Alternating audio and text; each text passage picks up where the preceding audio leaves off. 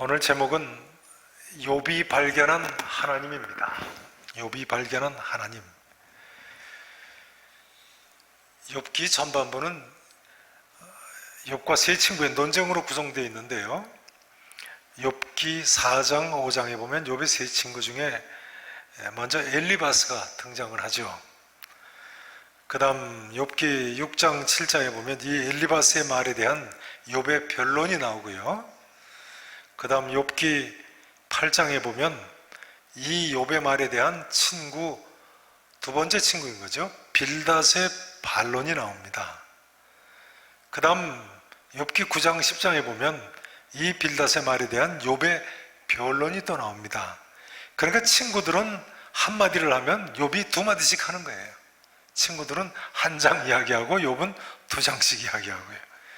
그 다음 욥기 11장에 보면 이 욥의 말에 대한 친구, 세 번째 친구 누구의 반론이 나옵니까? 누구의 반론이 나오죠? 쉽다고 말씀 전해드렸던 적이 있는데요. 소발입니다. 소발도 모르시면 안 되죠. 닭발 아니고 소발이에요. 네, 세 번째 친구. 그 다음 이 말에 대한 욥의 변론이 나오고, 그 다음은 똑같은 순서, 엘리바스, 빌닷, 소발 순서로 돌아가면서 논쟁이 계속됩니다. 자, 한번 따라서 하실까요? 댁에서 예배 드리시는 분들도 한번 따라서 하시죠. 엘리바스, 빌닷, 소발, 엘리바스, 빌닷, 소발. 한 번 더 하시죠. 엘리바스, 빌닷, 소발. 이 순서로 세 차례 논쟁이 계속이 됩니다. 몇 차례 논쟁이 계속된다고요? 세 차례예요. 자, 한 번 더 확실하게 하시겠습니다. 제가 큰 소리로 욥 할 테니까 각 가정에 계신 성도님들께서는 욥의 세 친구를 차례대로 한 사람씩만 소리를 내서 말씀하시기 바랍니다. 이 순서로 욥기가 기록되어 있는 거예요. 자, 제가 욥 하면 그 다음에 엘리바스 이렇게 하시고, 욥 하면 빌닷 이렇게 하시는 거예요. 차례대로 하십니다. 욥. 네, 되셨습니다. 엘리바스죠. 그 다음요. 욥. 빌닷이죠. 그 다음요. 욥. 네, 그 다음요. 욥. 그렇죠. 그 다음 욥. 그 다음 욥. 네, 마지막 세 번째 라운드입니다. 욥. 욥. 네, 빌닷이죠. 그 다음 욥. 네, 이 세 번째 논쟁 때는요, 소발이 등장을 해야 되는데 마지막으로 소발이 기권을 합니다. 그래서 소발은 등장하지 않고 욥기 32장부터 보면 엘리후라는 청년이 대신 등장을 하죠. 그리고 그 다음에 엘리후의 말이 끝났을 때 욥기 38장부터는 하나님께서 직접 등장해서 말씀하십니다. 그렇게 해서 논쟁이 끝나고 욥기가 마치게 되는 겁니다.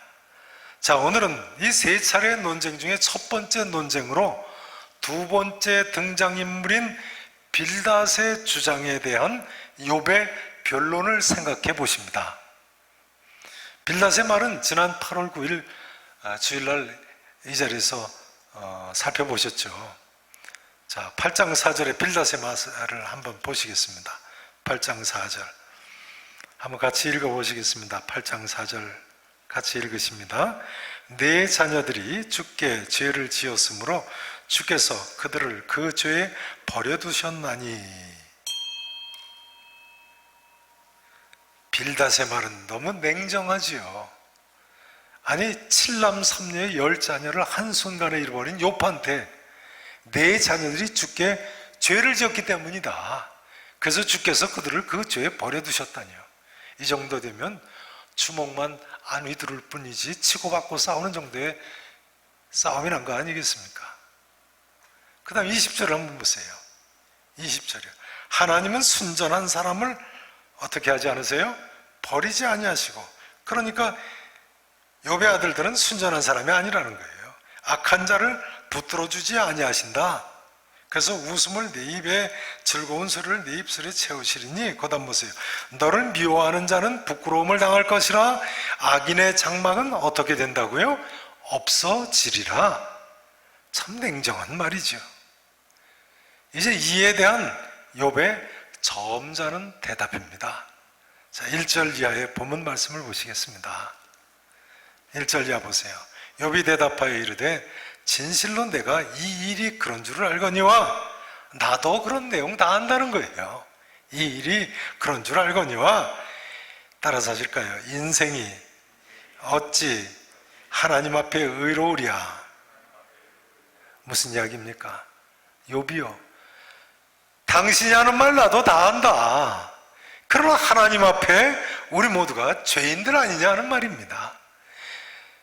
당신 죄인 없어진다, 악인 없어진다는데 이 세상에 죄인 아닌 사람이 어디 있느냐는 말이에요. 인생이 어찌 하나님 앞에 의로우랴. 여러분, 이 말씀 진리지요? 이 세상에 죄인 아닌 사람이 어디 있습니까? 사도 바울의 로마서 3장 말씀대로 의인은 없나니 하나도 없습니다. 깨닫는 사람도 없고 하나님을 찾는 자도 없고 다 치우쳐 함께 무익하게 되고 선을 행하는 자는 없나니 하나도 없도다 했습니다. 여러분, 이 세상에 의로우신 존재는 오직 한 분, 하나님밖에 없습니다. 하나님 이외에 이 세상에 죄 없는 분이 어디 있습니까? 하나님 이외에 이 세상에 거룩한 분이 어디 있습니까? 하나님밖에 안 계시죠.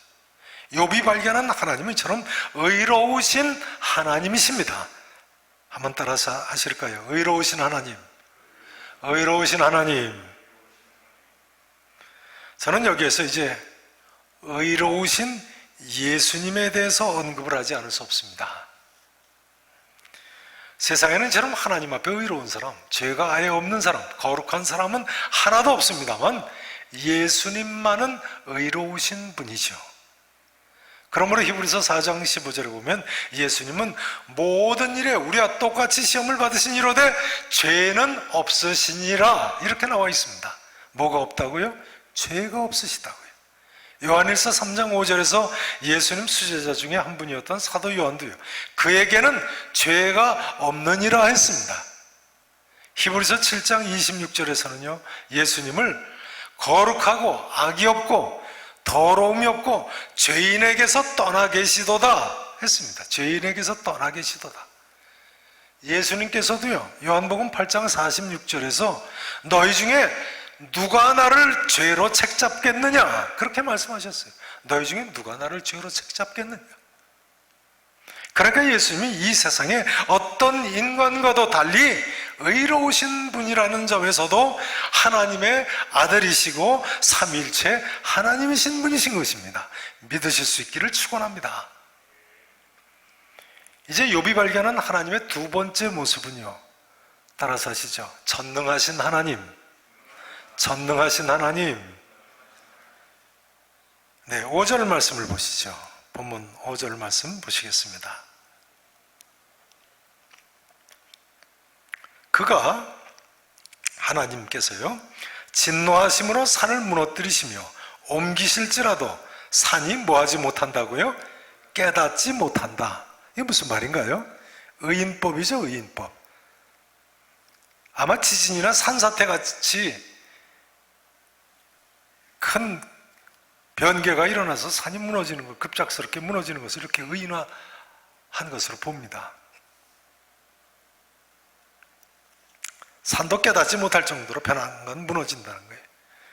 이번에 폭우로 산사태가 나니까 한 아나운서가 전문가라고 모셔가지고 산사태가 날 때 무슨 전조가 있느냐고 물어보더라고요. 그랬더니 그 전문가가 선뜻 대답을 못해요. 그러다가 별로 제가 보기엔 자신이 없는 말투로 뭐라고 그러냐면요, 산에서 큰 소리가 나기도 하고 혹은 나무들이 흔들리기도 하고 작은 돌이 굴러내려오기도 시작한다고 그러더라고요. 글쎄요, 산에서 큰 소리가 나고 나무들이 흔들리고 돌이 굴러내려오기 시작하면 벌써 늦은 거 아닌가요? 게다가 되게 칠흑 같은 밤중인데요, 폭우 소리 때문에 무슨 소리가 들리겠습니까? 의인화하자면 산도 깨닫지 못한다니까요. 그저 인간으로서는 미리 피하고 전능하신 하나님을 인정하고 하나님께 도와달라고 기도하는 수밖에 없습니다. 7절 말씀을 보세요. 7절 보세요. 그가 해를 명령하여 뜨지 못하게 하시며 별들을 가두시도다. 태양이 달에 가려지는 일식을 가리키는 것 같아요. 아니면 먹구름이나 근동지역에서 나는 모래폭풍 같은 것으로 해나 달이 별이 보이지 않게 되는 현상을 가리키는 것 같습니다. 이런 태양과 달과 별들만 봐도 전능하신 하나님을 우리가 인정하지 않을 수가 없죠. 그 다음 8절 이하를 보세요. 그가 홀로 하늘을 펴시며 바다 물결을 밟으시며 북두성과 삼성과 묘성과 남방의 밀실을 만드셨도다. 별자리들을 가리키고 있죠. 북두성과 삼성, 오리온자를 가리키죠. 묘성과 남방의 밀실, 남쪽의 수평선이나 지평선 쪽에 보이는 별자들을 가리키는 것으로 봅니다. 그러니까 욥기는요, 창조 세계에 나타난 대단한 하나님의 계시를 계시하고 있어요. 주전 2000년경에 이미 족장시대인데 하늘의 별자리들을 이처럼 열거하고 있어요. 이처럼 욥이 발견한 하나님은요, 천지 만물을 창조하시고 우주를 주장하시는 전능하신 하나님이십니다. 여러분, 9절에 보시면요, 그가 북두성과 삼성과 묘성과 남방의 밀실을 만드셨다 했는데요, 시편 147편에 보면요, 하나님께서 별들의 수요를 세시고 그것들을 다 이름대로 부르시는도다 하면서요, 그 다음 이렇게 고백합니다. 우리 주는 위대하시며 능력이 많으시며, 뭐가 많으시다고요? 전능하시다고요. 그의 지혜가 무궁하시도다 했습니다. 별들의 수요를 세시고 그것들이 다 이름대로 부르시는도다. 하늘의 별을 가지고 그 별자리 이름을 부르시는 것을 가지고 전능하신 하나님의 신성을 시편 147편 저자가 고백하고 있네요. 본문 8절에 보시면 그가 홀로 하늘을 펴셨다고 했는데요, 이사야서 40장 22절에서는요 하나님께서 하늘을 차일같이 펴셨다고 했어요. 하늘을 차양같이 펴셨다는 거예요. 8절 하반절에 보시면 그가 바다 물결을 밟으시며 했는데요, 아모스 4장 13절에서는 산들을 지으며 바람을 창조하며 땅의 높은 데를 밟으시는 이는 그의 이름이 만군의 하나님 여호와시니라 했습니다. 땅의 높은 데를 밟는 이, 그러니까요, 하나님은 높은 산도 밟으시고 바다의 물결도 밟으시는 전능하신 신이신 것입니다. 믿으십니까? 믿으실 수 있기를 축원합니다. 전능하신, 따라서 하시죠. 전능하신 하나님, 전능하신 하나님, 우리가 섬기는 하나님이 이처럼 전능하신 하나님이시라는 사실 한 가지만 생각해도 얼마나 좋습니까? 여러분 요즘 코로나19 때문에 힘든 기간을 지나고 계십니다만 이처럼 전능하신 하나님을 기억하시며 힘을 얻으시기를 바랍니다. 욥이 발견한 하나님의 세 번째 모습은요, 10절에 나옵니다. 자, 10절 말씀 같이 읽어보시죠. 함께 읽으십니다. 측량할 수 없는 큰 일을, 셀 수 없는 기이한 일을 행하시느니라. 아멘. 이 구절에 나타낸 우리 하나님은요, 따라서 하시죠. 우리를 구원하기를 즐겨하시는 하나님, 우리를 구원하기를 즐겨하시는 하나님이세요. 의로우신 하나님, 전능하신 하나님, 우리를 구원하기를 즐겨하시는 하나님. 그렇죠. 측량할 수 없는 큰 일을, 셀 수 없는 기이한 일을 행하신다니까요. 그 중에 가장 큰 행하신 일이 구원 사건이죠. 자, 이 말씀 욥기 5장 9절과 같은 말씀이죠. 한번 보세요. 욥기 5장 9절.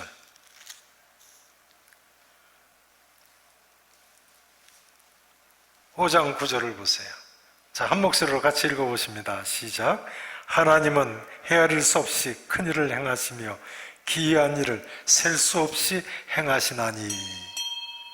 지난번에 이 욥기 5장 9절 말씀과 오늘 본문 9장 10절 말씀, 히브리어로 꼭 같은 문장이라고 말씀드렸죠. 성경 원어로 꼭 같은 말씀입니다.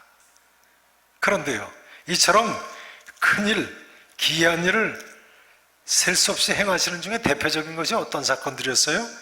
그 다음 10절 보세요. 비를 땅에 내리시고 물을 밭에 보내시며 낮은 자를 높이 드시고 애곡하는 자를 일으키사 뭐에 이르게 하신다고요?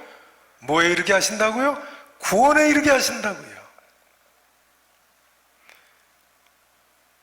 하나님은 우리를 이처럼 구원하기를 즐겨하시는 하나님이십니다. 여러분, 하나님께서는 이처럼 우리를 구원하기를 원하시는 하나님이신 줄로 믿으시기를 축원합니다. 지난 월요일에요, 교회 갱신협의회 수련회가 있어서 제가 대전을 다녀왔습니다. 원래는 그 수련회가 해마다 이맘때 1000명 이상이 모이는 큰 집회로 2박 3일 동안 같이 자면서 수련회를 개최하는 큰 수련회입니다만, 또 우리 교역자들도 다 해마다 참석을 했죠. 올해는 코로나19로 인해서 처음에는 담임 목사님 부부들만 모여서 하루에 끝내기로 했습니다. 근데 또 그 며칠 전에 경인 지역은 2단계로 방역이 격상이 돼가지고 2000명 모이는 큰 예배당에서 담임 목사님들만 몇십 명만 모여서 오전 시간에 그것도 잠깐만 모이기로 그렇게 했어요. 그것도 경인 지역 같으면 아예 그런 모임을 못했죠. 그런데요, 새벽부터 이제 광명역에서 제가 KTX를 타고 내려가다 보니까 아침 식사는 해야 되겠는데 코로나19 때문에 아침 먹을 때도 마땅치 않고 해서 집에서 빵을 싸가지고 갔습니다. 근데 또 KTX 광명역에 너무 일찍 도착을 해가지고 한 40-50분 앉아서 벤치에서 기다리다 보니까 이제 벤치에 혼자 앉아서 빵을 먹게 됐어요. 근데 빵을 먹는데 비둘기 한 마리가 이렇게 저한테 왔어요.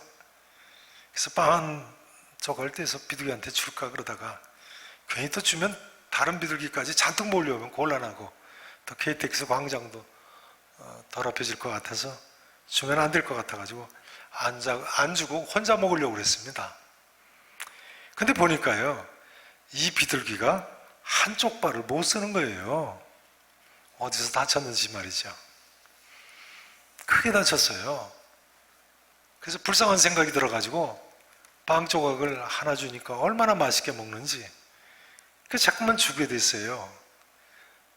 저희 집사람이 샌드위치 안에 넣어준 계란말이까지도 따로 떼가지고 계란말이도 주고 빵도 주고, 불쌍한 사람 생각이 들어서 다른 사람이 보든 말든 자꾸 떼줬습니다. 그러다가 퍼뜩 제게 무슨 생각이 드느냐면요, 하나님께서 나를 이렇게 불쌍히 여기셔서 구원해 주셨구나, 그런 생각이 드는 거예요. 우리가 흔히 하나님이 왜 우리를 남달리 예수 믿고 구원받게 해주시는가 질문합니다만 그 이유는 분명합니다. 한마디로 하나님께서 나 아무개를 불쌍히 여기시기 때문입니다. 하나님께서 나를 불쌍히 여기시고 사랑하시기 때문입니다. 자, 전면에 스크린 한번 보시죠. 제가 계속 주면서 사진을 찍어 왔어요. 한번 보세요. 이 비둘기입니다. 자, 그 다음 두 번째 동영상도 찍었습니다. 한번 보시죠. 그 다음 사진 보여주세요. 자, 그 다음 클릭하시면 움직입니다. 예, 제가 준 빵을 저렇게 먹는 거예요. 오른발을 못 쓰게 됐죠. 그리고는 또 저한테 다시 달라고 또 오는 거예요. 그럼 제가 불쌍해서 또 주는 거예요. 또 주고 또 주고. 됐습니다. 다른 새는 한 마리 날라왔다 제가 안 주니까 그냥 갔어요. 저는요, 고린도전서 1장 26절에 형제들아 너희를 부르심을 보라. 육체를 따라 지혜로운 자가 많지 아니하며 능한 자가 많지 아니하며 문벌 좋은 자가 많지 아니하도다 하는 말씀을요, 초대교회 이런 어려운 성도들이 많았구나 하고 생각했습니다. 또 오늘날도 좀 배운 사람들, 배웠다는 사람들, 능력 있는 사람들, 문벌 좋은 사람들 교만해서 잘 안 믿지, 교만하지 말아야지, 그 정도 생각했습니다. 또 더 나아가서 힘들고 아프고 어려울 때는 우리가 꼭 믿음을 가져야 한다. 그런 때도 교만하고 믿지 않으면 안 되지, 그 정도로 생각을 했습니다. 근데 이날 무슨 생각이 드느냐면요, 하나님께서 나를 이 비둘기처럼 불쌍히 여기서 구원하셨구나 하는 생각이 드는 거예요. 그렇죠. 우리는 사실 발을 쓰지 못하는 것 이상으로 더 불쌍한 인생들 아닙니까? 여러분 그렇게 생각하시죠? 그러니 우리가 하나님, 우리를 긍휼히 여겨 주시옵소서 기도해야죠. 누가복음 18장에 보면 자기 의를 내세우며 기도하는 바리새인과 성전에 멀리 서서 감히 눈을 들어 하늘을 쳐다보지도 못하고 다만 가슴을 치며 하나님이여 불쌍히 여기소서 나는 죄인이로소이다 하던 세리하고 누가 의롭다 하심을 받고 자기 집으로 내려갔다고 예수님께서 가르치셨습니까? 성도 여러분, 어떻게 생각하십니까? 코로나19로 시달리는 우리나라도 우리 모두도 다 말이죠, 하나님께 죄를 회개하는 세리와 같은 모습으로 나와야 한다고 생각되지 않으십니까? 하나님 우리를 긍휼히 여겨주시옵소서. 하나님이여 나를 불쌍히 여기소서. 세리처럼 말이죠. 이제 11절 말씀을 다 함께 읽으시고 오늘 말씀 정거를 마쳐야 되겠습니다. 11절 말씀 같이 읽으십니다. 본문 욥기 9장 11절 말씀 함께 읽으십니다. 그가 내 앞으로 지나시나 내가 보지 못하며 그가 내 앞에서 움직이시나. 오늘 본문에서 욥은요, 고난 가운데 친구들하고 논쟁을 하다가 자기가 지금까지 발견한 하나님을 고백하고 있었죠. 하나님은 의로우신 하나님이시다. 하나님은 전능하신 하나님이시다. 하나님은 우리를 고나기를 즐겨 하시는 하나님이시다. 그러나 욥이 아직도 해결하지 못한 한 가지가 있었는데요, 그것은 하나님을 이처럼 이론적으로는 알고 있었습니다만 하나님의 임재를 직접 체험하지 못했다는 점입니다. 그래서 하는 말입니다. 그가 내 앞으로 지나시나 내가 보지 못하며 그가 내 앞에서 움직이시나 내가 깨닫지 못하느니라.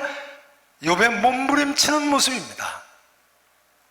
그런데 여러분, 사실은 우리도 많은 경우 그렇죠. 우리도 교회 다니는 사람이라면 대부분 하나님은 의로우신 하나님이시다, 하나님은 전능하신 하나님이시다, 하나님은 우리를 구원하기를 즐겨하시는 하나님이시다 압니다. 그러나 과연 하나님, 우리가 마치 눈으로 뵙는 것처럼 하나님을 배울 수 있고, 마치입니다. 마치 뵙는 것처럼 배울 수 있고요, 직접 뵙는 건 아니고요, 마치. 그래서 하나님 말씀을 깨닫고 그래서 하나님 뜻을 알고 임마누엘의 하나님과 그래서 동행하는 삶을 우리가 살고 있는 거예요. 욥은 마침내 욥기 42장 5절에 보면요, 귀로 듣기만 하던 하나님을 이제는 눈으로 배움나이다 하는 고백을 하게 되지요. 하나님의 임재를, 고난을 통과하면서 체험합니다. 여러분, 지금 어떤 어려움이 있다고 하실지라도요, 이처럼 우리와 함께 하시고 임마누엘로 동행하시는, 우리 앞으로 지나시고 내 앞에 움직이시는 하나님의 임재를 이 고난의 기간에 체험하실 수 있기를 진심으로 축원합니다. 그리하면 인생에 가진 모든 문제에 답을 얻고 궁극적으로 해결을 받으시게 될 줄로 믿습니다.